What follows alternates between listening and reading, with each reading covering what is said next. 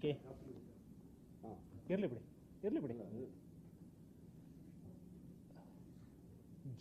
G ಜಾರಿಗೆ ಬಂದಿದ್ದರಿಂದ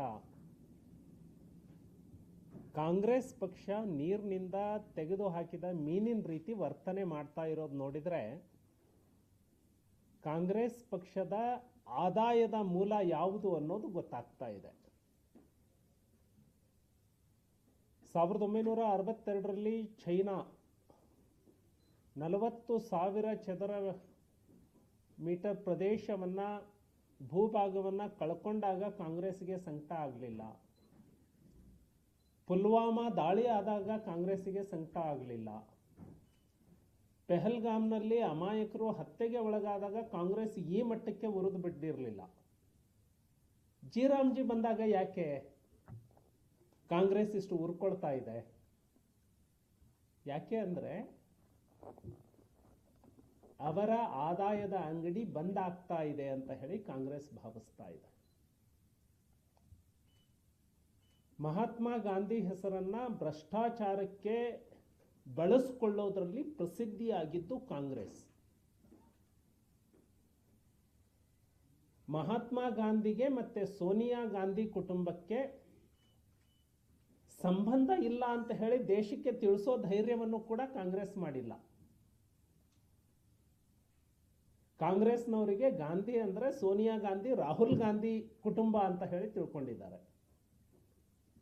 ಹಾಗಾಗಿ ಎಲ್ಲದರ ಬಗ್ಗೆ ಬಹಳ ಪುಂಖಾನುಪುಂಖವಾಗಿ ಮಾತನಾಡುವಂತಹ ಪ್ರಿಯಾಂಕ್ ಖರ್ಗೆ ಅವರು ಅವರ ತಟ್ಟೆಯಲ್ಲಿ ಬಿದ್ದಿರುವಂತಹ ಹೆಣವನ್ನ ನೋಡೋದಕ್ಕೆ, ಹೆಗ್ಗಣವನ್ನ ನೋಡೋದಕ್ಕೆ ಅವರಿಗೆ ಪುರುಸೊತ್ತಿಲ್ಲ. ನರೇಗಾದ ಬಗ್ಗೆ ಎಷ್ಟೆಲ್ಲ ಭ್ರಷ್ಟಾಚಾರ ನಡೆದಿದೆ ಅನ್ನೋದನ್ನ ಸಾಕ್ಷಿ ಸಮೇತ ನಾನು ತೋರಿಸಿದ್ದೆ. ಶಾಲಾ ಮಕ್ಕಳಿಗೆ ಸೀರೆ ಉಡಿಸಿ ಬಿಲ್ ತೆಗೆದಿರುವಂಥದ್ದು, ಪುರುಷರಿಗೆ ಮುಸುಕನ್ನ ಹಾಕಿ ಬಿಲ್ ತೆಗೆದಿರುವಂಥದ್ದು, ದಾಖಲೆ ಸಮೇತ ನಾನು ಕೊಟ್ಟಾಗ ಪ್ರಿಯಾಂಕ್ ಖರ್ಗೆ ಅವರು ನಮ್ಮ ಬೆಳಗಾವಿಯ ಸಿಇಒಗೆ ಹೇಳಿದ್ರು, ಒಂದು 50 ವೆಹಿಕಲ್ಗಳನ್ನು ತಗೊಂಡು ಅಧಿಕಾರಿಗಳು ಬಂದರು, ಒಬ್ಬ ಯಾವುದೋ ಅಧಿಕಾರಿನ ಸಸ್ಪೆಂಡ್ ಮಾಡಿದ್ರು. ಸಾರ್ವಜನಿಕರ ಹಣ ಎಷ್ಟು ನಷ್ಟ ಆಗಿತ್ತು, ಎಷ್ಟು ಭ್ರಷ್ಟಾಚಾರ ಆಗಿತ್ತು, ಇವತ್ತಿನವರೆಗೆ ಏನಾಗಿದೆ? ಒಬ್ಬ PDOನ ಸಸ್ಪೆಂಡ್ ಮಾಡಿಬಿಟ್ರೆ ಇವರ ಭ್ರಷ್ಟಾಚಾರದ ಲೈಸೆನ್ಸ್ ಹಾಗೆ ಕಂಟಿನ್ಯೂ ಆಗತ್ತಾ? ಎರಡನೇದು, ಬಹಳ ದೊಡ್ಡ ಭ್ರಷ್ಟಾಚಾರ ಗ್ರಾಮೀಣಾಭಿವೃದ್ಧಿ ಇಲಾಖೆಯಲ್ಲಿ ನಡೆದಿರುವಂಥದ್ದು 15ನೇ ಹಣಕಾಸು ಆಯೋಗದ ಹಣವನ್ನ ದುರ್ಬಳಕೆ ಮಾಡಿರುವಂಥದ್ದು. ಮಾತೆತ್ತಿದ್ರೆ ಸಂವಿಧಾನದ ಬಗ್ಗೆ ಮಾತನಾಡುವಂತಹ ಪ್ರಿಯಾಂಕ್ ಖರ್ಗೆ ತಮ್ಮ ಇಲಾಖೆಯಲ್ಲಿ ಸಂವಿಧಾನದ ಉಲ್ಲಂಘನೆ ಎಷ್ಟಾಗ್ತಾ ಇದೆ ಅನ್ನೋದನ್ನ ತಿಳ್ಕೊಳ್ಳೋ ಪುರುಸೊತ್ತು ಇಲ್ಲ. ಫೈನಾನ್ಸ್ ಕಮಿಷನ್ ಸ್ಥಳೀಯ ಸಂಸ್ಥೆಗಳಿಗೆ ಏನು ಅನುದಾನವನ್ನು ಬಿಡುಗಡೆ ಮಾಡುತ್ತೆ, ಅದರಲ್ಲಿ 2 ವಿಧ, ಒಂದು ಟೈಡ್ ಮತ್ತು ಇನ್ನೊಂದು ಅನ್ಟೈಡ್, ಬಂಧಿತ ಮತ್ತು ನಿರ್ಬಂಧಿತ. ಟೈಡ್ ಅಮೌಂಟ್ ಏನಿರುತ್ತೆ, ಬಂಧಿತ ಏನು ಅನುದಾನ ಇರುತ್ತೆ, ಕೇಂದ್ರದಿಂದ ಕರ್ನಾಟಕದ 6,000 ಗ್ರಾಮ ಪಂಚಾಯಿತಿಗಳಿಗೆ ಕೇಂದ್ರದಿಂದ ಫಿಕ್ಸ್ ಆಗಿ ಬರುತ್ತೆ. ಈ ಪಂಚಾಯಿತಿಗೆ ಇಷ್ಟೇ ಅನುದಾನವನ್ನ ಬಳಕೆ ಮಾಡಬೇಕು ಅಂತ. ಇಲ್ಲಿ ಆಯುಕ್ತರ ಕಾರ್ಯಾಲಯದಲ್ಲಿ ಕರೆಕ್ಷನ್ ಮಾಡೋದಕ್ಕೆ ಸ್ವಲ್ಪ ದಿನ ಅಕ್ಸೆಸ್ ಕೊಡ್ತಾರೆ, ಸಾಫ್ಟ್ವೇರ್ ಅನ್ನ. ಸೆಂಟ್ರಲ್ನಿಂದ ಸಾಫ್ಟ್ವೇರ್ ಅಲ್ಲೇ ಬಂದ್ಬಿಡತ್ತೆ, ಪ್ರತಿ ಗ್ರಾಮ ಪಂಚಾಯಿತಿಗೆ ಇಷ್ಟು ಲಕ್ಷ ಹೋಗಬೇಕು ಅಂತ. ಫೆಡರಲ್ ಸ್ಟ್ರಕ್ಚರ್, ಒಕ್ಕೂಟ ವ್ಯವಸ್ಥೆಯಲ್ಲಿ 1 ಪೈಸೆ ಅನುದಾನವನ್ನ ಆ ಕಡೆ ಈ ಕಡೆ ಡೈವರ್ಟ್ ಮಾಡೋದಕ್ಕೆ ಅವಕಾಶ ಇಲ್ಲ. ಆದರೆ ಪ್ರಿಯಾಂಕ್ ಖರ್ಗೆ ಇಲಾಖೆಯಲ್ಲಿ ಕಾಂಗ್ರೆಸ್ಸಿನ MLAಗಳಿಗೆ ಕೇಂದ್ರದಿಂದ ಬಂದಿರುವಂತಹ ಬೇರೆ ಪಂಚಾಯಿತಿಯ 15ನೇ ಹಣಕಾಸಿನ ಹಣವನ್ನ ತೆಗೆದು ಕಾಂಗ್ರೆಸ್ MLAಗಳಿಗೆ ಕೊಟ್ಟಿದ್ದಾರೆ. ಅವರು ಹೈ ಮಾಸ್ಕ್ ಹಾಕೊಳ್ಳಿಕ್ಕೆ, ಕಮಿಷನ್ ಬೇಸಿಸ್ ಮೇಲೆ ಹಂಚಿಕೆ ಮಾಡಿಕೊಂಡು ಸಾವಿರಾರು ಕೋಟಿ ಹಗರಣ ನಡೆದಿದೆ. ಹಾವೇರಿ ಜಿಲ್ಲೆಯ ಹಾನಗಲ್ ತಾಲೂಕು ಒಂದರಲ್ಲೇ 24 ಗ್ರಾಮ ಪಂಚಾಯಿತಿಗಳಿಗೆ ಮಾತ್ರ ಬೇರೆ ಗ್ರಾಮ ಪಂಚಾಯಿತಿಗಳಿಗೆ ಏನು ನ್ಯಾಯವಾಗಿ ಹೋಗಬೇಕಿತ್ತು ಕೇಂದ್ರದ ಅನುದಾನ, ಅದನ್ನ ಬೇಕಾಬಿಟ್ಟಿಯಾಗಿ ಎತ್ತಿ ಕಾಂಗ್ರೆಸ್ಸಿನ MLA ಇರುವಂತಹ ಗ್ರಾಮ ಪಂಚಾಯಿತಿಗಳಿಗೆ ಕೊಟ್ಟಿದ್ದಾರೆ. ಇದು ಸಂವಿಧಾನ ವಿರೋಧಿ, ಕೇವಲ ನಿಯಮದ ಉಲ್ಲಂಘನೆ ಅಲ್ಲ. ಒಕ್ಕೂಟ ವ್ಯವಸ್ಥೆಯಲ್ಲಿ ಕೇಂದ್ರ ಕೊಡುವಂತಹ ಅನುದಾನವ ಸಂವಿಧಾನದ ಪ್ರಕಾರ ಹೆಂಗೆ ಬಳಸಬೇಕಿತ್ತು, ಸಂವಿಧಾನದ ಉಲ್ಲಂಘನೆ ಆಗಿದೆ. ಇದರ ಬಗ್ಗೆ ಕೇಂದ್ರ ಸರ್ಕಾರಕ್ಕೆ ಗಮನಕ್ಕೆ ತರುವಂತಹ ಪ್ರಯತ್ನವನ್ನು ಮಾಡಿದ್ದೇವೆ. 15th ಫೈನಾನ್ಸ್ ದುರ್ಬಳಕೆ ಮಾಡಿರೋದ್ರಿಂದ ಇದು ಕೇಂದ್ರ ಸರ್ಕಾರದ ಗಮನಕ್ಕೆ ಬಂತು ಅಂದ್ರೆ ಮುಂದೆ 1 ರೂಪಾಯಿ ಅನುದಾನ ಇವರು ಪಡ್ಕೊಳ್ಳೋದಕ್ಕೆ ಸಾಧ್ಯ ಆಗಲ್ಲ. ಅದನ್ನು ಸರಿ ಮಾಡೋವರಿಗೆ ರಾಜ್ಯ ಸರ್ಕಾರಕ್ಕೆ ಮುಂದಿನ ಅನುದಾನಗಳೇ ಬರೋದಿಲ್ಲ ಇವ್ರು ಮಾಡಿರೋ ತಪ್ಪಿಗೆ. ಕಮಿಷನರ್ಗೆ ನಮ್ಮ ಗ್ರಾಮ ಪಂಚಾಯಿತಿ ಅಧ್ಯಕ್ಷರ ಸದಸ್ಯರ ಒಕ್ಕೂಟದಿಂದ ಅರ್ಜಿಯನ್ನ ಕೊಟ್ಟಿದ್ದಾರೆ. ಇಲ್ಲಿಯವರೆಗೆ ಕಮಿಷನರ್ ಉತ್ತರವನ್ನ ಕೊಟ್ಟಿಲ್ಲ. ಯಾಕೆ ಅಂದ್ರೆ ರೈಟಿಂಗ್ ಅಲ್ಲಿ ಸಿಕ್ಕಾಕೊಳ್ತಾರೆ ಇವರೆಲ್ಲ.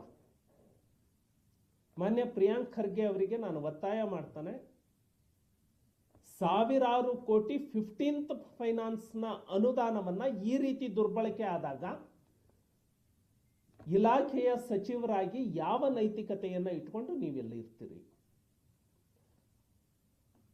ಇಡೀ ಕರ್ನಾಟಕದಲ್ಲಿ ಸಾವಿರಾರು ಗ್ರಾಮ ಪಂಚಾಯಿತಿಗಳಿಂದ ಸರಾಸರಿ 8 ರಿಂದ 10 ಲಕ್ಷ ರೂಪಾಯಿಗಳನ್ನು ಈ ರೀತಿ ಮಿಸ್ಯೂಸ್ ಮಾಡಿಕೊಂಡಿದ್ದಾರೆ. ಸಾವಿರಾರು ಕೋಟಿಯ ಹಗರಣ ಇದಾಗಿದೆ. ಇದರ ಬಗ್ಗೆ ಒತ್ತಾಯವನ್ನು ಮಾಡಿ ಕೂಡಲೇ ಮಾಹಿತಿ ಏನು ಕೇಳಿದ್ದಾರೆ ಆ ಮಾಹಿತಿಯನ್ನು ಕೊಡಬೇಕು.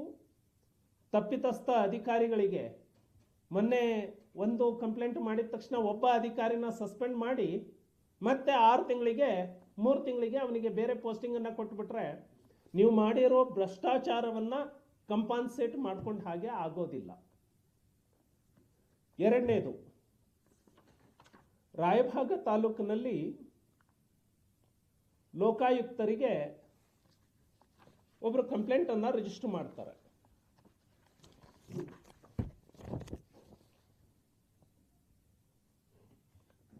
ಲೋಕಾಯುಕ್ತರಿಗೆ ಕಂಪ್ಲೇಂಟ್ ಮಾಡಿ ಒಟ್ಟು 52 ಕಾಮಗಾರಿಗಳು.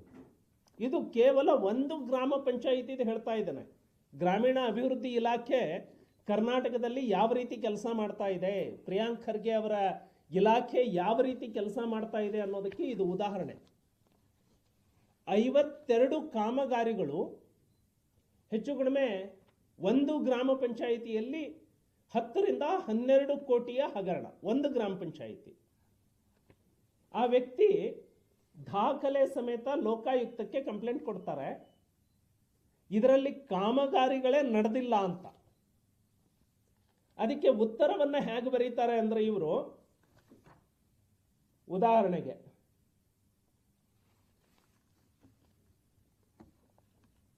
Creation of shed for segregation and processing of vet and dry waste ಒಂದು ಕಾಮಗಾರಿ. ಇದರ ಕಾಮಗಾರಿಯ ಮೊತ್ತ 5,36,498 ರೂಪಾಯಿ. ಇದಕ್ಕೆ ಲೋಕಾಯುಕ್ತಕ್ಕೆ ಕಂಪ್ಲೇಂಟ್ ಬರೆದ್ರು. 5 ಲಕ್ಷದ ಕಾಮಗಾರಿಯಲ್ಲಿ 1 ರೂಪಾಯಿಯ ಕೆಲಸ ಆಗಿಲ್ಲ. ಇದು ಲೋಕಾಯುಕ್ತಕ್ಕೆ ಕೊಟ್ಟಿರೋ ಕಂಪ್ಲೇಂಟ್. Already bill ತೆಗೆದಾಗಿದೆ. ಏನೂ ಕೆಲಸವನ್ನ ಮಾಡದೆ 100% ಬಿಲ್ ತಗೊಂಡಿದ್ದಾರೆ. ಒಂದು ಕೆಲಸದ ಹೇಳ್ತಾ ಇದ್ದೀನಿ, ಆ ಥರದ್ದು 100 ಉದಾಹರಣೆಗಳು ಇದಾವೆ ಇಲ್ಲಿ. ಗ್ರಾಮೀಣಾಭಿವೃದ್ಧಿ ಇಲಾಖೆ ಯಾವ ರೀತಿ ಕೆಲಸ ಮಾಡುತ್ತೆ ಅಂತ. ಫೈನಲ್ ಬಿಲ್ ಕೊಟ್ಟಿರೋದು ಏನಂತ, ನಾವಲ್ಲಿ ವೆಟ್ ಅಂಡ್ ಡ್ರೈ ವೇಸ್ಟ್ ಮ್ಯಾನೇಜ್ಮೆಂಟ್ಗೆ ಕನ್ಸ್ಟ್ರಕ್ಷನ್ ಮಾಡಿದ್ದೀವಿ ಅಂತ ಹೇಳಿ ಬಿಲ್ ಕೊಟ್ಟಾಯ್ತು. ಆ ನಂತರ ಆ ಕೆಲಸ ಆಗೇ ಇಲ್ಲ ಅಂತ ಹೇಳಿ ಲೋಕಾಯುಕ್ತಕ್ಕೆ ಕಂಪ್ಲೇಂಟ್ ಕೊಟ್ಟಾಗ ಇವರು ಲೋಕಾಯುಕ್ತಕ್ಕೆ ಉತ್ತರ ಏನು ಬರೀತಾರೆ ಅಂದರೆ, ಇಲ್ಲ ನಾವು ಶೆಡ್ಡನ್ನು ಅಲ್ಲಿ ಕನ್ಸ್ಟ್ರಕ್ಷನ್ ಮಾಡಿಲ್ಲ, ಆಫೀಸಿಗೆ ಲೆಡ್ಜರನ್ನು ಖರೀದಿ ಮಾಡಿದ್ದೀವಿ. ಪ್ರಿಯಾಂಕ್ ಖರ್ಗೆ ಸಾಹೇಬರ ಆಫೀಸಲ್ಲಿ ಈಗಲೂ ಈ ಕ್ಷಣಕ್ಕೆ ಇದರ ಅಮೌಂಟದ್ದು ಅಲ್ಲಿ ಶೆಡ್ ಕನ್ಸ್ಟ್ರಕ್ಷನ್ ಮಾಡಿದ್ದೀವಿ ಅಂತ ಪ್ರಿಯಾಂಕ್ ಖರ್ಗೆ ಆಫೀಸಲ್ಲಿದೆ. ಅದಕ್ಕೆ ಬಿಲ್ ಬಿಡುಗಡೆ ಮಾಡಿದ್ದೀವಿ ಅಂಥೇಳಿ ಈ ಕ್ಷಣಕ್ಕೆ ಆಸ್ ಆಫ್ ನೌ ಅವ್ರ ಹತ್ರ ಎಂಟ್ರಿ ಇದೆ. ಲೋಕಾಯುಕ್ತಕ್ಕೆ ಕೊಟ್ಟ ಉತ್ತರದಲ್ಲಿ ಇಲ್ಲ ನಾವು ಅಲ್ಲಿ ಶೆಡ್ಡನ್ನು ಕಟ್ಟೇ ಇಲ್ಲ, ಲೆಡ್ಜರ್ ಖರೀದಿ ಮಾಡಿದ್ದೀವಿ ಅಂಥೇಳಿ ಒಂದು ಫೋಟೋ ಹಚ್ತಾರೆ. ಈ ಟೇಬಲ್ ಮೇಲೆ ಇಟ್ಟಿದಾರಲ್ಲ, ಇವಿಷ್ಟು ಲೆಡ್ಜರ್ಗಳು. ಈ ಲೆಡ್ಜರ್ ಖರೀದಿ ಮಾಡೋದಕ್ಕೆ ಎಷ್ಟು? 5,36,498. ಎಷ್ಟು? 1, 2, 3, 4 ಇವ್ಯಾವು ಹೊಸವಲ್ಲ. ಆಫೀಸಲ್ಲಿ ಇಟ್ಟಿರೋ ಈ ಥರದೊಂದು ಬಂಡಲನ್ನು ಇಟ್ಟು ಲೆಡ್ಜರ್ ಖರೀದಿ ಮಾಡಿದ್ದೀವಿ ಅಂತ. ಇದು ಪ್ರಿಯಾಂಕ್ ಖರ್ಗೆ ಇಲಾಖೆ ಮಾಡ್ತಾ ಇರುವಂತಹ ಕೆಲಸ.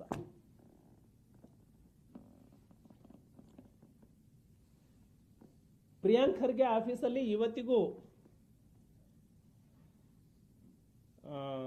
2021 15th ಫೈನಾನ್ಸ್ ಕಮಿಷನ್ನದ್ದು ಕ್ಯಾಟಲ್ ಟ್ರಫ್ ಕನ್ಸ್ಟ್ರಕ್ಷನ್ ಮಾಡಿದ್ದೀವಿ ಅಂತ ಇದೆ. ಲೋಕಾಯುಕ್ತದವರು ಕೇಳಿದ್ದಾರೆ, ನೀವು ಈ ಕಾಮಗಾರಿಯನ್ನು ಮಾಡಿಲ್ಲ ಅಂತ ಹೇಳಿ ನಿಮ್ಮ ಮೇಲೆ ಕಂಪ್ಲೇಂಟ್ ಕೊಟ್ಟಿದ್ದಾರೆ, ಇದಕ್ಕೆ ನಿಮ್ಮ ಸ್ಪಷ್ಟೀಕರಣ ಏನು ಅಂತ ಹೇಳಿದಾಗ ಇವರು ಇಲ್ಲ ವೆಹಿಕಲನ್ನು ರಿಪೇರಿ ಮಾಡಿದ್ದೀವಿ ಅಂತ ಹೇಳಿ ಒಂದು ವೆಹಿಕಲ್ನ ಫೋಟೋ ಹಚ್ಚಿದ್ದಾರೆ. ಆ ವೆಹಿಕಲ್ಲು ಅದ್ರದ್ದು ನಂಬರ್ ಇಲ್ಲ, RC ಬುಕ್ ಇಲ್ಲ, ಏನು ರಿಪೇರಿ ಮಾಡಿದ್ದಾರೆ ಅನ್ನೋದಿಲ್ಲ. ಆಮೇಲೆ ವೆಹಿಕಲ್ ರಿಪೇರಿಗೆ ಬಿಲ್ ಕೊಡೋನು ಸಿವಿಲ್ ಕಾಂಟ್ರಾಕ್ಟ್ರು, ಯಾವ ಮೆಕ್ಯಾನಿಕ್ ಅಲ್ಲ, ಸಿವಿಲ್ ಕಾಂಟ್ರಾಕ್ಟ್ರು ವೆಹಿಕಲ್ ರಿಪೇರಿಗೆ ಬಿಲ್ ಕೊಡ್ತಾರೆ.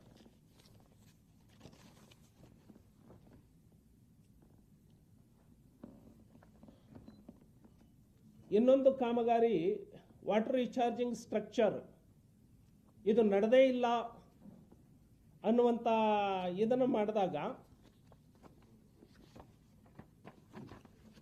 ಒಂದು ವಾಟರ್ ರೀಚಾರ್ಜಿಂಗ್ ಸ್ಟ್ರಕ್ಚರ್, ಇನ್ನೊಂದು ರೇನ್ ವಾಟರ್ ಹಾರ್ವೆಸ್ಟಿಂಗ್ ಸ್ಟ್ರಕ್ಚರ್. ಇವು ಎರಡಕ್ಕೂ ಇವರು ಹಚ್ಚೋ ಫೋಟೋ ಜಸ್ಟ್ GPS ಕಾಮನ್, ಯಾವ ವ್ಯತ್ಯಾಸಗಳು ಇಲ್ಲ.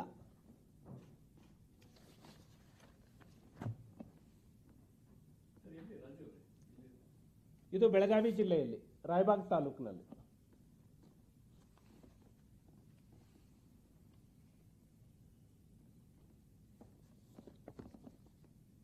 ಒಂದು ಕಾಮಗಾರಿಗೆ ಅಬಂಡೋನ್ಡ್ ಬೋರ್ವೆಲ್ ರೀಚಾರ್ಜಿಂಗ್ ಅಂತಾರೆ, ಇನ್ನೊಂದು ಕಾಮಗಾರಿಗೆ ರೇನ್ ವಾಟರ್ ಹಾರ್ವೆಸ್ಟಿಂಗ್ ಅಂತ ಹೇಳ್ತಾರೆ.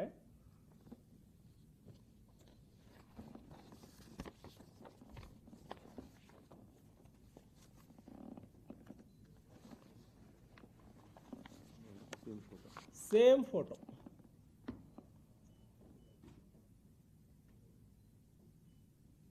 ಯಾವ ಆಧಾರದ ಮೇಲೆ 15th ಫೈನಾನ್ಸ್ನ ಈ ಗ್ರಾಂಟನ್ನು, ಅಂದರೆ ಟೈಡ್ ಗ್ರಾಂಟನ್ನು ₹1 ಡೈವರ್ಟ್ ಮಾಡೋದಕ್ಕೆ ಬರೋದಿಲ್ಲ. ನೀವು ವಾಟರ್ ಸಪ್ಲೈಗೆ ಅಂತ ಹೇಳಿ ಇದ್ರೆ ಅದನ್ನು ವಾಟರ್ ಸಪ್ಲೈಗೆ ಮಾಡಬೇಕು. ಸ್ಯಾನಿಟೇಷನ್ಗೆ ಅಂತ ಇದ್ರೆ ಅದನ್ನು ಸ್ಯಾನಿಟೇಷನ್ಗೆ ಮಾಡಬೇಕು. ₹1 ಸಂವಿಧಾನದ ಪ್ರಕಾರ 73rd ಅಮೆಂಡ್ಮೆಂಟ್ ಪ್ರಕಾರ ಬದಲಾವಣೆ ಮಾಡೋದಕ್ಕೆ ಅವಕಾಶನೇ ಇಲ್ಲ. ಫೆಡರಲ್ ಸ್ಟ್ರಕ್ಚರ್ಗೆ ಪೆಟ್ಟನ್ನು ಕೊಟ್ಟಂಥದ್ದು, ಒಕ್ಕೂಟ ವ್ಯವಸ್ಥೆಯನ್ನೇ ಬುಡಮೇಲು ಮಾಡುವಂಥದ್ದು. ಇಷ್ಟು ದೊಡ್ಡ ಹಗರಣ ಇಟ್ಕೊಂಡ ಮೇಲೆ 15th ಫೈನಾನ್ಸ್ ಗ್ರಾಂಟ್ ಕರ್ನಾಟಕಕ್ಕೆ ಹೇಗೆ ಬರುತ್ತೆ? ಇದನ್ನ ಪ್ರಿಯಾಂಕ್ ಖರ್ಗೆ ಅವರು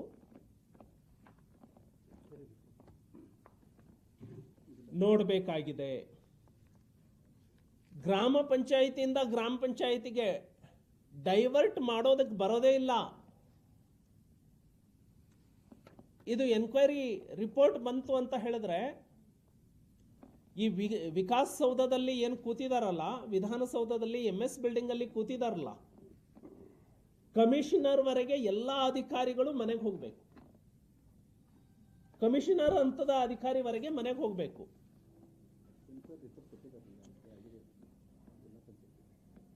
ಎನ್ಕ್ವೈರಿ ರಿಪೋರ್ಟ್ ಮಾಡಿದ್ದಾರೆ. ಎನ್ಕ್ವೈರಿ ರಿಪೋರ್ಟ್ ಅಲ್ಲಿ ಸ್ಪಷ್ಟವಾಗಿ ಹೇಳ್ತಾರೆ, 15ನೇ ಹಣಕಾಸು ಕ್ರಿಯಾ ಯೋಜನೆಯಲ್ಲಿ ಯಾವುದೇ ಹೈಮಾಸ್ಕ್ ಬೀದಿ ದೀಪಗಳನ್ನು ಅಳವಡಿಸಿಕೊಂಡಿರುವುದಿಲ್ಲ.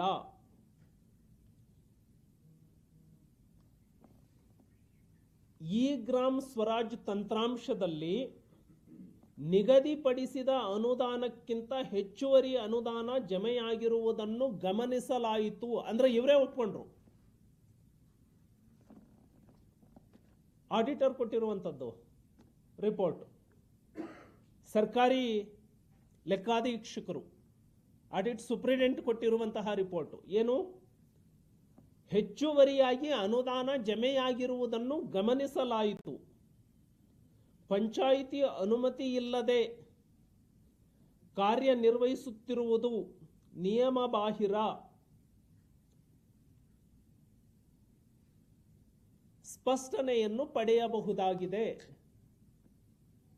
ಆಡಿಟ್ ಸೂಪ್ರಿಡೆಂಟ್ ಇಲಾಖೆಯ ಮೇಲೆ ಅಬ್ಸರ್ವೇಷನ್ ಮಾಡಿದ್ರೆ ಇಲ್ಲಿಯವರೆಗೆ ಕಮಿಷನರ್ ಅದರ ಮೇಲೆ ಕ್ರಮವನ್ನು ತೆಗೆದುಕೊಳ್ತಾ ಇಲ್ಲ. ಪ್ರಿಯಾಂಕ್ ಖರ್ಗೆ ಏನು ಮಾಡ್ತಾ ಇದ್ದಾರೆ?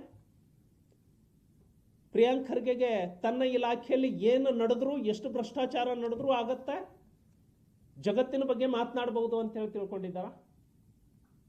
ಹಾಗಾಗಿ ಮೊದಲನೇದಾಗಿ ತಕ್ಷಣಕ್ಕೆ ನಾನು ಪ್ರಿಯಾಂಕ್ ಖರ್ಗೆ ಅವರಿಗೆ ಒತ್ತಾಯ ಮಾಡ್ತಾನೆ, ಇಂಥವ್ರ ಕಡೆ ಎನ್ಕ್ವೈರಿ ಮಾಡಿಸಿ ಅಂತೇಳಿ ಹೇಳೋದೇ ಇಲ್ಲ. ನಿಮಗೆ ಬೇಕಾದವ್ರ ಕಡೆ ಎನ್ಕ್ವೈರಿ ಮಾಡಿಸಿ. ಎಷ್ಟು ದಿನದಲ್ಲಿ ವರದಿಯನ್ನ ಕೊಡುವಂತಹ ನೈತಿಕತೆ ನಿಮಗಿದೆ ಅಷ್ಟೇ ನಾನು ಕೇಳೋದು. ಲೋಕಾಯುಕ್ತಕ್ಕೆ ರಾಯಭಾಗ ತಾಲೂಕಿನ ಬದ್ರುದ್ದೀನ್ ಜಿನ್ನಾಬಿಡೆ ಏನು ಕಂಪ್ಲೇಂಟ್ ಕೊಟ್ಟಿದ್ದಾರೆ, ಲೋಕಾಯುಕ್ತಕ್ಕೆ ನಿಮ್ಮ ಅಧಿಕಾರಿ ಕೊಟ್ಟಿರೋ ರಿಪೋರ್ಟೇ ಬೇರೆ, ನಾನು ಆ ಕೆಲಸ ಮಾಡಿಲ್ಲ ಅಂತ, ನಿಮ್ಮ ಟೇಬಲ್ ಮೇಲಿರೋ ಫೈಲೇ ಬೇರೆ, ಆಗಿರೋ ಕೆಲಸ ಬೇರೆ ಅಂತ ಹೇಳಿ. ಇದಕ್ಕೇನು ಹೇಳ್ತೀರಾ? ಹಾಗಾಗಿ ತಕ್ಷಣಕ್ಕೆ ನಿಮ್ಮ ಹತ್ರ ನೈತಿಕತೆ, ಸಾರ್ವಜನಿಕ ತೆರಿಗೆ ಹಣವನ್ನು ಬಳಸ್ಕೊಳ್ತಾ ಇದ್ದೀವಿ ಅಂತೇಳಿ ದುರುಪಯೋಗ ಆಗಬಾರದು ಅನ್ನೋದಿದ್ರೆ ತಕ್ಷಣಕ್ಕೆ ಎನ್ಕ್ವೈರಿ ಮಾಡಿ ರಾಜ್ಯದ ಜನತೆಗೆ ವರದಿಯನ್ನ ಕೊಡಬೇಕು. ಈ ಥರದ ಹಗರಣ ಮಾಡಲಿಕ್ಕೆ ಇನ್ನು ಮುಂದೆ ಅವಕಾಶ ಆಗೋದಿಲ್ಲ. ಜಿ ರಾಮ್ಜಿ ಬಂದಾಗ ಈ ಥರ ಲೂಟಿ ಮಾಡಲಿಕ್ಕೆ ನಿಮಗೆ ಅವಕಾಶ ಸಿಗಲ್ಲ ಅನ್ನೋದಕ್ಕಾಗಿ ಕಾಂಗ್ರೆಸ್ ಈಗ ರಸ್ತೆ ಮೇಲೆ ಬಂದು ನಿಂತಿದೆ. ಹಾಗಾಗಿ ಮತ್ತೊಮ್ಮೆ ಗಟ್ಟಿಯಾಗಿ ಹೇಳ್ತವೆ, ನೀವು ಬರೀ ರಸ್ತೆ ಮೇಲೆ ಅಲ್ಲ, ಜನರ ಮುಂದೆ ನಿಮ್ಮ ಹಗರಣಗಳು ಏನಿದಾವೆ ಅವು ಎಲ್ಲವೂ ಹೊರಗಡೆ ಬರಬೇಕು. ನರೇಗಾದಲ್ಲಿ ಇಲ್ಲಿಯವರೆಗೆ 5.5 ಲಕ್ಷ ಕೋಟಿ ಬಂದಿದೆ ಕರ್ನಾಟಕಕ್ಕೆ.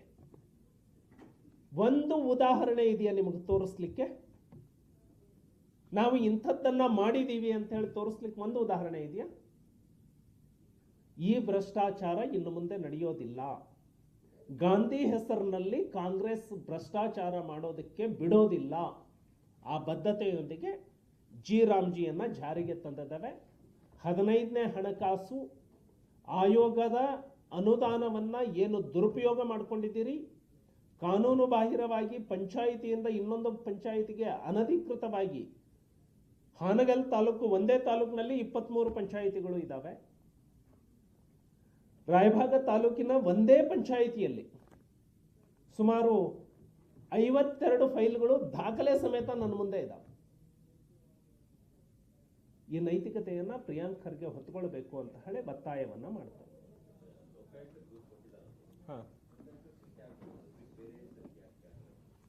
ನಾನು ಹೇಳ್ತಾ ಇರುವಂಥದ್ದು, ಲೋಕಾಯುಕ್ತ ದೂರು ಕೊಟ್ಟರು, ಸ್ಪಷ್ಟೀಕರಣವನ್ನು ಕೇಳ್ತು. ಉದಾಹರಣೆಗೆ ಇಲ್ಲೊಂದು ಕೊಟ್ಟಿಗೆ ಕಟ್ಟಿದ್ದೀನಿ ಅಂತ ಹೇಳ್ತಾ ಇದ್ದೀರ, ಕೊಟ್ಟಿಗೆ ಕಟ್ಟಿಲ್ಲ ಅನ್ನೋದು ನನ್ನ ದೂರು. ಅದಕ್ಕೆ ಅವ್ರು ಹೇಳಿದ್ದೇನು, ನಾವು ಕೊಟ್ಟಿಗೆ ಕಟ್ಟೋದನ್ನು ಬಿಟ್ಟು ಬೇರೆ ಚೇಂಜ್ ಮಾಡಿಕೊಂಡು ಯಾವುದೋ ಫೈಲ್ ತಂದಿದ್ದೀವಿ ಅಂತ ಹೇಳಿ ಲೋಕಾಯುಕ್ತಕ್ಕೆ ಉತ್ತರ ಕೊಟ್ಟರು. ಸೇಮ್ ಉತ್ತರ ಪ್ರಿಯಾಂಕರ್ಗೆ ಟೇಬಲ್ ಮೇಲೆ ಇರಬೇಕಲ್ಲ. ಆಸ್ ಆನ್ ಟುಡೇ ಪ್ರಿಯಾಂಕರ್ಗೆ ತನ್ನ ಫೈಲ್ ತೆಗೆದ್ರೆ ಇಲ್ಲಿ ಕೊಟ್ಟಿಗೆನೇ ಕಟ್ಟಿದ್ದಾರೆ. ಅನುದಾನ 100% ಖರ್ಚಾಗಿದೆ. ಇಷ್ಟು ದೊಡ್ಡ ಭ್ರಷ್ಟಾಚಾರ ಮೇಲ್ನೋಟಕ್ಕೆ ಕಂಡು ಬಂದಾಗ ಯಾರು ನೈತಿಕತೆಯನ್ನು ಹೊತ್ಕೊಳ್ಬೇಕು? ಲೋಕಾಯುಕ್ತ ತನಿಖೆ ಆಗಲಿ.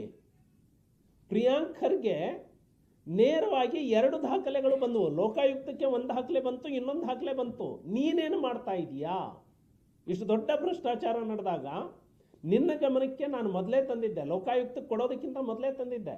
ಏನು ಮಾಡ್ತಾ ಇದೀಯಾ ಅಂದರೆ ಎಷ್ಟು ಸಾವಿರ ಕೋಟಿಯ ಹಗರಣ ಇದು ಇಡೀ ರಾಜ್ಯದಲ್ಲಿ. ಲೋಕಾಯುಕ್ತ ಮಾಡುವಂಥದ್ದು ಬರೀ 52 ಪ್ರಕರಣಕ್ಕೆ, 1 ಗ್ರಾಮ ಪಂಚಾಯಿತಿಗೆ. ಕರ್ನಾಟಕದಲ್ಲಿ ಇರುವಂತಹ 6,000 ಗ್ರಾಮ ಪಂಚಾಯಿತಿಗಳಲ್ಲಿ ಏನಾಗಿರಬಹುದು ಅಂತ ಹೇಳಿ ಯಾರು head of the department? Minister ಆಗಿ ನೀವೇನು ಮಾಡ್ತಾ ಇದ್ದೀರಾ? ಇದನ್ನ ನಾನು ಒತ್ತಾಯ ಮಾಡ್ತಾ ಇರೋದು.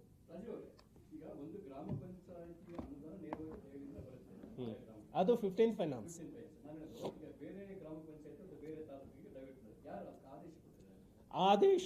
ಆದೇಶ ಕೊಡಲಿಕ್ಕೆ ಕಾನೂನಿನಲ್ಲಿ ಅವಕಾಶವೇ ಇಲ್ಲ.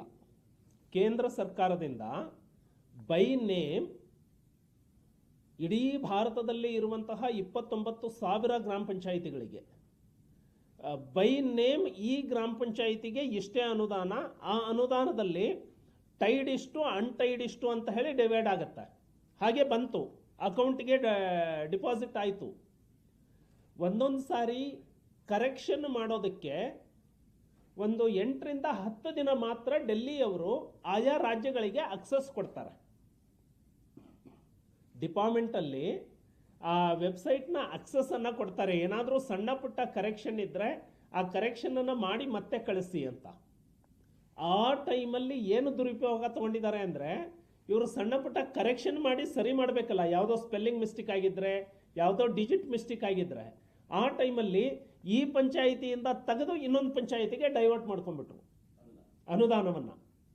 ಇದು ಫೆಡರಲ್ ಸ್ಟ್ರಕ್ಚರ್ನ ಉಲ್ಲಂಘನೆ. ನಾನು ಹೇಳ್ತಾ ಇರೋದು ಅರ್ಥ ಮಾಡ್ಕೊಳ್ಳಿ. ಒಕ್ಕೂಟ ವ್ಯವಸ್ಥೆಯಲ್ಲಿ ಹಿಂಗೆ ಹೋಗಬೇಕು ಅಂತ ಇದೆಯಲ್ಲ, ಅದ್ರ ಉಲ್ಲಂಘನೆ ಆಗಿದೆ ಪ್ರಿಯಾಂಕರ್ಗೆ ಕಾರ್ಯಾಲಯದಲ್ಲಿ. ಸರ್, ಅದೇ ಎನ್ಕ್ವೈರಿ ಈಗ ನಡೀತಾ ಇರುವಂಥದ್ದು. ಅದಕ್ಕಾಗಿ ಮುಂದಿನ 15th ಫೈನಾನ್ಸ್ನ ಅನುದಾನ ಇಲ್ಲಿವರೆಗೆ ಕರ್ನಾಟಕಕ್ಕೆ ಬಂದಿಲ್ಲ. ಇದನ್ನು ಸರಿ ಮಾಡಿ ಅನ್ನೋದಕ್ಕಾಗಿ. ಮೊದಲನೇದಾಗಿ ಈ ತಪ್ಪು ರಾಜ್ಯದವರಿಗೆ ಮಾಡಲಿಕ್ಕೆ ಅವಕಾಶವೇ ಇಲ್ಲ. ಅವರೇನು ಇಷ್ಟೊಂದು ಸಾವಿರ ಲಕ್ಷ ಸಂಖ್ಯೆಯಲ್ಲಿರುತ್ತೆ, ಲಾಸ್ಟ್ ಫೈನಲ್ ಫಿಗರ್ ಮಾತ್ರ ನೋಡ್ತಾರೆ ಕರ್ನಾಟಕಕ್ಕೆ. ಯಾಕಂದರೆ ಗೈಡ್ಲೈನ್ಸೇ ಇದೆ, ಅಕೌಂಟಬಿಲಿಟಿ ರಾಜ್ಯ ಸರ್ಕಾರದ್ದಾಗತ್ತೆ. ಉದಾಹರಣೆಗೆ ಕರ್ನಾಟಕಕ್ಕೆ ಒಂದು 6,000 ಕೋಟಿ 8,000 ಕೋಟಿ ನಾವು ಕೊಟ್ಟಿದ್ದೀವಿ ಅಂದರೆ 8,000 ಕೋಟಿದು ಮೈನ್ಯೂಟ್ ನೋಡಲ್ಲ. ಕರ್ನಾಟಕಕ್ಕೆ 8,000 ಕೋಟಿ ಇದೆಯಾ, ಕರೆಕ್ಟ್ ಇದೆ ಅಂತಾರೆ. ಆದರೆ ಇವರು ಅದರಲ್ಲಿ 10 ಲಕ್ಷ 1 ಲಕ್ಷ 5 ಲಕ್ಷ ಇವನ್ನ ಡೈವರ್ಟ್ ಎಲ್ಲೆಲ್ಲಿ ಮಾಡ್ಕೊಂಡಿರ್ತಾರಲ್ಲ. ಇದಕ್ಕೆ ಅಕೌಂಟಬಿಲಿಟಿ ಇಲ್ಲಿಯ ಮಿನಿಸ್ಟರ್ ಆಗಬೇಕು, ಇಲ್ಲಿಯ ಕಮಿಷನರ್ ಆಗಬೇಕು. ಈಗ ಕೇಂದ್ರಕ್ಕೆ ಗಮನಕ್ಕೆ ಬಂದ ಮೇಲೆ ಅದನ್ನು ಎನ್ಕ್ವೈರಿ ಸ್ಟಾರ್ಟ್ ಮಾಡಿದೆ. ನಾವು ಇದನ್ನು ಅರ್ಜಿ ಕೊಟ್ಟಿರುವಂಥದ್ದು 23-24ನೇ ಇದಕ್ಕೆ ಕೊಟ್ಟಿದ್ದಾರೆ. ಜುಲೈ 16, 2025ಕ್ಕೆ ಏನು ಕಂಪ್ಲೇಂಟ್ ಆಗಿದೆ. ಕಂಪ್ಲೇಂಟ್ ಆದ ಮೇಲೆ ಇಲ್ಲಿಯವರೆಗೆ ಅದು ಡಿಜಿಟಲ್ನಲ್ಲಿ ಎಂಟ್ರಿ ಆಗಿರೋದ್ರಿಂದ ಯಾವ ಬದಲಾವಣೆಯನ್ನು ಈಗ ಮಾಡೋದಕ್ಕಾಗಲ್ಲ. ಕರ್ನಾಟಕ ಸರ್ಕಾರ ಬೇಷರತ್ತಾಗಿ ಕೇಂದ್ರದ ಮುಂದೆ 15th ಫೈನಾನ್ಸ್ನ ದುರುಪಯೋಗ ಆಗಿದೆ ಅಂತ ಹೇಳಿ ಒಪ್ಕೊಳ್ಳೇಬೇಕು. ಏನು ಕರೆಕ್ಷನ್ ಮಾಡಲಿಕ್ಕೂ ಇವರಿಗೆ ಅವಕಾಶ ಇಲ್ಲ. ಈಗ ಇವರು ಉತ್ತರವನ್ನು ಕೊಟ್ಟ ತಕ್ಷಣ, ಇವರು ಆ ಸ್ಪಷ್ಟೀಕರಣವನ್ನು ಕೊಟ್ಟ ತಕ್ಷಣ ಒಂದು ಏನು ತಪ್ಪಾಗಿದೆ ಅನ್ನೋದನ್ನು ಒಪ್ಕೊಳ್ಬೇಕು.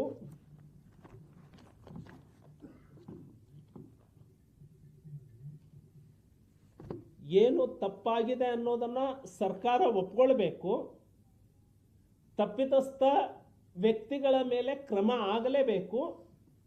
ಕೇಂದ್ರ ಸರ್ಕಾರಕ್ಕೆ ಎಂಡಾರ್ಸ್ಮೆಂಟ್ ಕೊಡಲೇಬೇಕು. ಇನ್ನು ಮುಂದೆ ಇಂತಹ ತಪ್ಪುಗಳು ಆಗಲ್ಲ. ಈ ಎಂಡಾರ್ಸ್ಮೆಂಟ್ ರಾಜ್ಯಕ್ಕೆ ಅನುದಾನ ಬರದೇ ಇದ್ರೂ ಪರವಾಗಿಲ್ಲ, ಇದನ್ನು ಹಿಂಗೆ ಮುಂದೆ ಹಾಕೋಣ ಅಂತ ಹೇಳಿ ಮುಂದೆ ತಗೊಂಡು ಹೋಗ್ತಾ ಇದ್ದಾರೆ.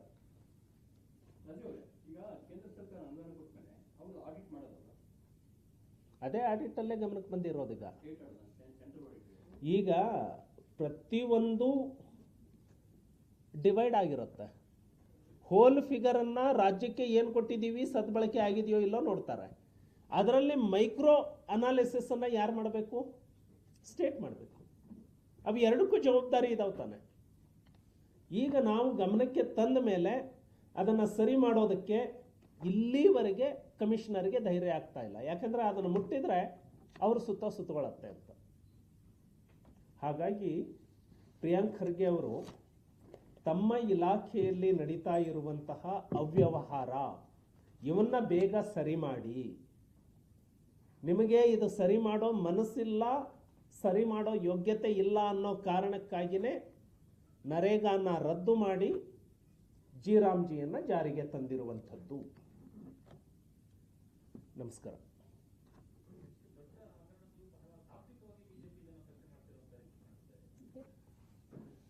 ಇದನ್ನ ನಾಳೆ ನಡೆಯುವಂತಹ ಸದನದ ಒಳಗೆ ಇದನ್ನು ಗಂಭೀರವಾಗಿ ತೆಗೆದುಕೊಳ್ತವೆ. ಒಕ್ಕೂಟ ವ್ಯವಸ್ಥೆಗೆ ಇದಕ್ಕೆ ಧಕ್ಕೆ ಆಗಿದೆ. ಪ್ರತಿ ಗ್ರಾಮ ಪಂಚಾಯಿತಿಯಲ್ಲಿ ಈ ಏನು ಅವ್ಯವಹಾರ ಆಗಿದೆ, ಗ್ರಾಮ ಪಂಚಾಯಿತಿ ಮಟ್ಟದಿಂದನೂ ಹೋರಾಟ ಮಾಡ್ತವೆ. ಕೇಂದ್ರದ ಸಚಿವರಿಗೂ ಕೂಡ ಇದನ್ನು ಗಮನಕ್ಕೆ ತರುವಂಥದ್ದು ಮಾಡ್ತವೆ. ಗ್ರಾಮ ಪಂಚಾಯಿತಿ ಹಾವಣಗಿಯ ಅಧ್ಯಕ್ಷರು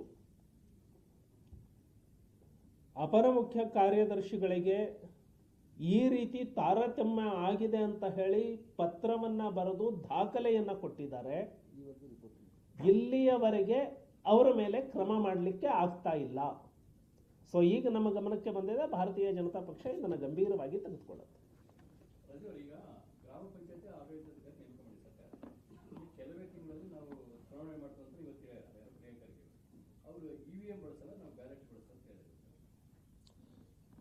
ರಾಜ್ಯ ಚುನಾವಣಾ ಆಯೋಗ ನಡೆಸುವಂತಹ ಸ್ಥಳೀಯ ಸಂಸ್ಥೆ ಚುನಾವಣೆಗಳು ಈಗಾಗಲೇ ಮೊನ್ನೆ ನಡೆದಂತಹ 4 ಸ್ಥಳೀಯ ಸಂಸ್ಥೆ ಚುನಾವಣೆಯಲ್ಲಿ ಕಾಂಗ್ರೆಸ್ ಪಕ್ಷ ನೆಲಸಮ ಆಗಿದೆ. ಬಿಜೆಪಿ ಸ್ಪಷ್ಟ ಬಹುಮತದಿಂದ ಎಲ್ಲ ಕಡೆ ಬಂದಿದೆ. ಮಹಾರಾಷ್ಟ್ರದ ಚುನಾವಣೆ ಸ್ಥಳೀಯ ಸಂಸ್ಥೆಯಲ್ಲೂ ಕೂಡ ಬಿಜೆಪಿಗೆ ಯಾವ ರೀತಿ ಜನ ಬೆಂಬಲವನ್ನು ತೋರಿಸ್ತಾರೆ ಅಂತ ಹೇಳಿ ಗೊತ್ತಾಗಿದೆ. ಪಾಪ ಇವರಿಗೆ ಮಾಡೋದಕ್ಕೆ, ಈ ಥರದ ಹಗರಣವನ್ನು ತಡೆಯೋದಕ್ಕೆ ಇವರಿಗೆ ಆಗ್ತಾ ಇಲ್ಲ. ಜನರ ಗಮನವನ್ನು ಬೇರೆ ಕಡೆ ಸೆಳಿಬೇಕಲ್ಲ. ಹಾಗಾಗಿ ತಮ್ಮ ಹಗರಣವನ್ನು ಮುಚ್ಚಿಟ್ಕೊಳ್ಳಿಕ್ಕೆ ಈ ಥರದ ಹುಡುಗಾಟದ ಪುಂಡಾಟಿಕೆಯ ತೀರ್ಮಾನಗಳನ್ನು ಮಾಡ್ತಾ ಇದ್ದಾರೆ. ಜನ ಇದಕ್ಕೇನು ಬುದ್ಧಿ ಕಲಿಸ್ಬೇಕು, ಕಲಿಸ್ತಾರೆ.